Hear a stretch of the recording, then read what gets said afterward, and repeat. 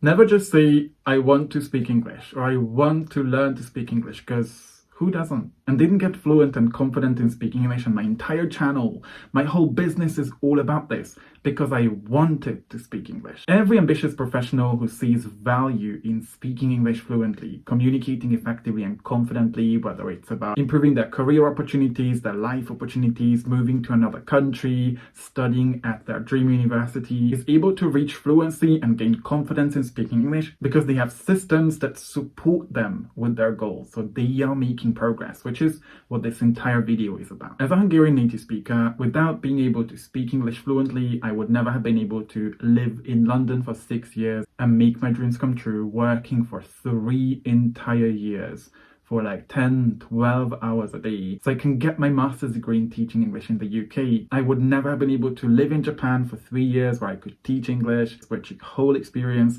completely changed my life. Everything I knew about myself. And I talk about this, how I improved my mental health because I was in a different country, in another video I posted when I was staying in Japan last year. And let's not even talk about the 37 countries I could visit. And best of all, I could never have met the amazing, most incredible people I could make friends with, who now I call my best friends, from all over Italy, Turkmenistan, Japan, South Korea. I got fluent and confident by the age of 20, mostly because of these two things. I choose to be the type of person who keeps the promises I make to myself. And because, and this is mostly what this video is about, I had incredibly effective systems that supported me with my goal. So learning to speak English was as stress-free, worry-free, smooth, continuous as humanly possible. James Clear, the author of Atomic Habits, whose app I was talking about a few weeks ago, you can check out this video and how this app could change the way you live your life, you live your days, and focus on what actually matters to you, what you want to focus on improving about your life. So he talks about this. You do not rise to the level of your goals. You fall to the level of your systems. And he illustrates this with runners, because marathon runners at the start line all have the same goal. They want to win the marathon. But there's only one person who's going to win that marathon.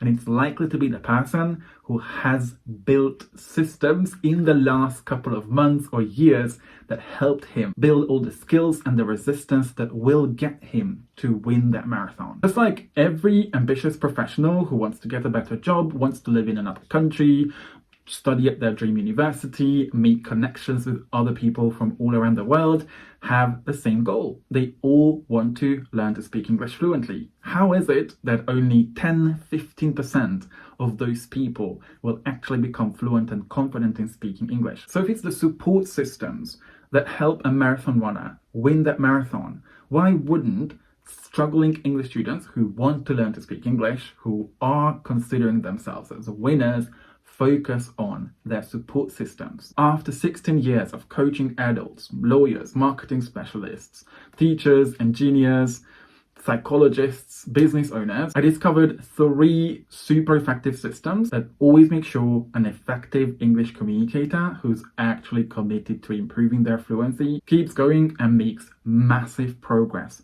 with their English learning, even if they have a limited amount of time. And it starts with a system of habits of effective fluency building, which could include something I always talk about on my channel: focused listening, active listening, reviewing vocabulary on a regular basis using a spaced repetition system, or the spacing effect, so we don't overwhelm ourselves with one topic and keep focusing on that all the time, regular speaking practice, or consistent conversation communication training, many of which I talk about in my new free ebook that you can download right now in the description below, 17 Habits of Successful English Learners, containing all the habits that help me, coming from insecurities, doubting myself, not having the confidence to walk into a conversation, always being super scared of making mistakes, to walking into a conversation, owning my accent, owning my mistakes, so I can put all of those conversation opportunities into practice and then improving from them. A system of discipline, so it doesn't take 10-15 years to actually get from 0 to advanced level, where I can actually make time for what actually matters, no matter how it feels. and a support community. If you look at the most successful people in the world, they got there because they had mentors and a community of people who they had shared values with, a lot in common with, who supported them, empowered them, and inspired them to keep going. So many struggling English students worry so much about what's going to happen to them in the future. They wonder how long they would have to work in their current position, how long they have to wait, save money till they can move to the US, Australia, or Canada, or if their English fluency is going to be enough, if they have enough confidence by the time they move to their dream country or start their dream university. Not realizing you're already building your future with the habits you currently choose to have. And if having conversations with other people or recording yourself speaking, reviewing vocabulary, or paying more attention to the movies that you listen to, or taking off that subtitle so you can actually use those movies as listening practice, don't come easily, it's probably because you haven't made them part of your habits yet. Anything that feels easy and comfortable because it's part of our habits. And this might shock many people, but how you choose to spend your 24 hours every day is a reflection of what's actually important to you and what you're creating in the future. So addressing all those different things we spend time with and ask ourselves, is that really what I want to do in the future? No one builds effective English learning habits without discipline, which is also something I wanted to talk about. Because a lot of people have negative associations with discipline. They think being disciplined is about waking up at 5 a.m. in the morning, expecting to use 3 idioms, use the most advanced expressions every single time you speak, taking an intensive course at a language school, or studying for 5 hours, poring over your books or your video courses, when that's not the case. I consider myself a disciplined person. I'm running a language coaching business. I'm also learning Japanese, and I need to run 3 social media channels, my TikTok, my X, and YouTube as well. So I'm choosing to be disciplined. I wake up at 8, 9 o'clock in the morning, depending on whether I have a student in the morning or not. I travel at least once a month or once every 2 months, and I spend an hour or sometimes even an hour and a half after lunch just casually reading, replying to my friends' messages, or connecting with my audience. But I'm disciplined because I do what I said to myself, what I promised to myself that I would do when I said I would do it. This is what we call integrity, keeping the promises as much as you can that you make to yourself. And so many struggling English students struggle with their confidence because they choose not to keep the promises they make to themselves. So integrity is one of the core principles all my students learn about, get coached around when they join my coaching program, the Proficiency Fortress. Because let's be honest, the reason it takes so many struggling English students, the reason it takes so many struggling English students 10, 15 years sometimes to get from beginner level to intermediate or upper intermediate level with their speaking fluency is because they are addicted to procrastination. And I get it, there are so many challenging things about learning to speak English. I'm never going to deny that learning to speak English was one of the most challenging things I ever did in my life. My native languages has got nothing to do with English. I was doing 2 majors. I had loads of things I felt shy, insecure about, but it was also one of the most rewarding, most empowering activities I could ever commit to doing. Do you think the people you see out there speaking English fluently, confidently, naturally wasted time or energy procrastinating? Struggling English students who chronically procrastinate simply don't love themselves. Because in order for us to do something that feels challenging, that feels uncomfortable, that feels frustrating or confusing or scary, we need to love ourselves and say, I'm going to choose to do this. I'm not going to delay this anymore because it's important to my future. Because avoiding conversations or recording ourselves speaking just for a few minutes, not picking up the phone at work when it's a foreign number, kind of keeps us safe. We can be comfortable. We can avoid all the failure, the disappointment, all those judgments. I don't know about you, but do you think about how that choice of staying in that comfort zone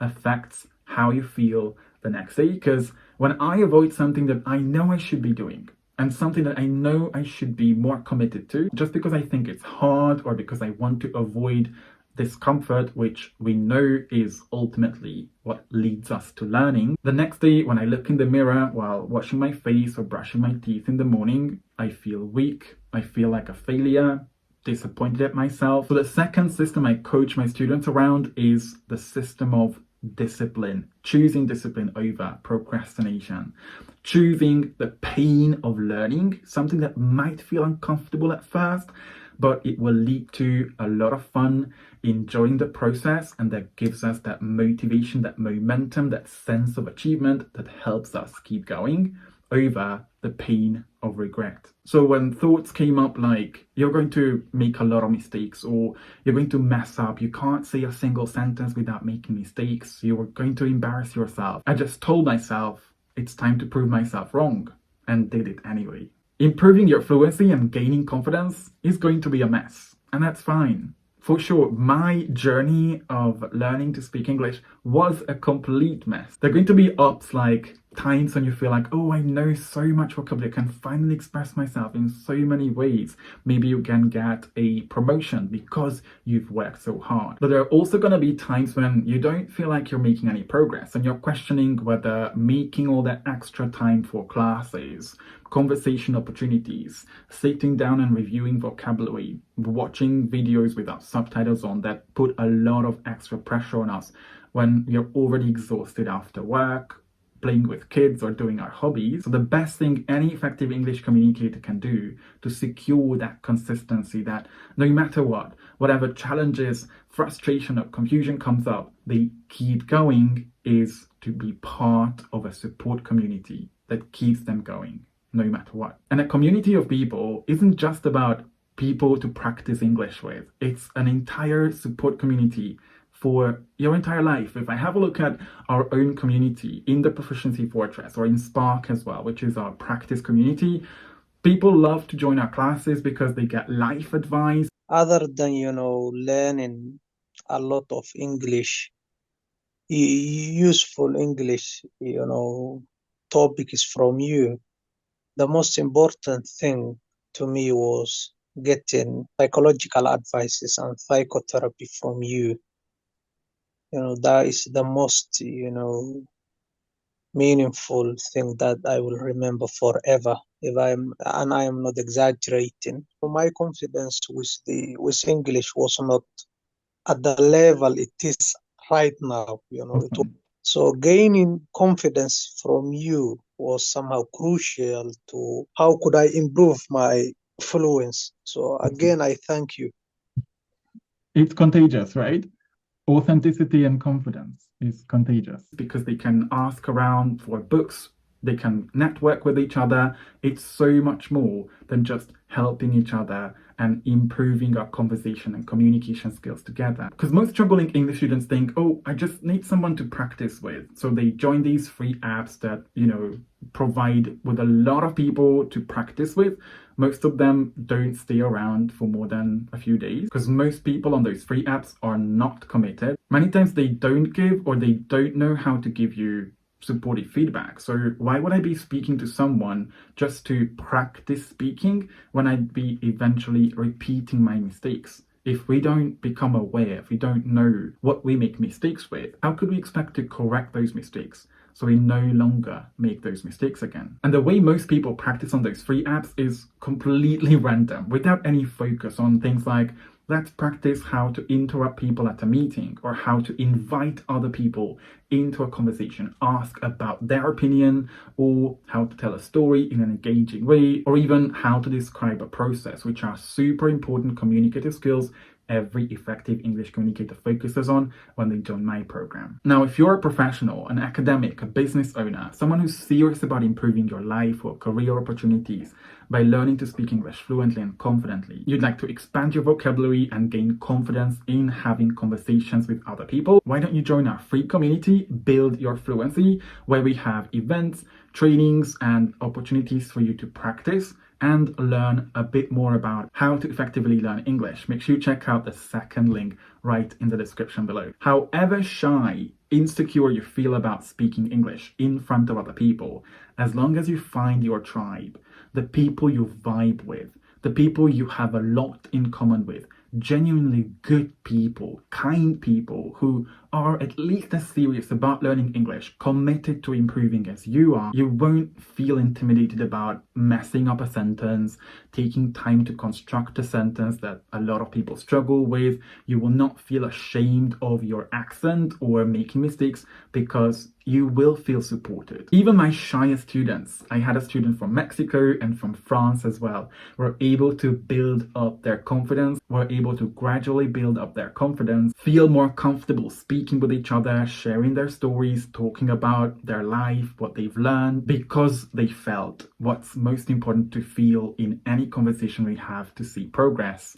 safe, connected, and appreciated and supported. So if you want to see faster progress with your fluency in English, make sure you don't just set a goal and focus on that goal, that dream that you are about to make come true. Never underestimate doing one small thing to build one of these 3 systems, so you get to those goals and with the least amount of energy or time wasted as humanly possible, which is going to be all about your system of habits, what you choose to do consistently, how often you choose discipline over procrastination for your better future, and your support community of like-minded people who won't judge, won't pull you down, make you feel ashamed.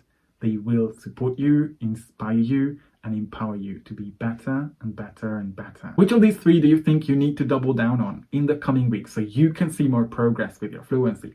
Let me know in the comments below your thoughts, and also if there's any other question you have about anything I shared in this video, feel free to leave that comment and I'm gonna come back to that, might even make a video about it.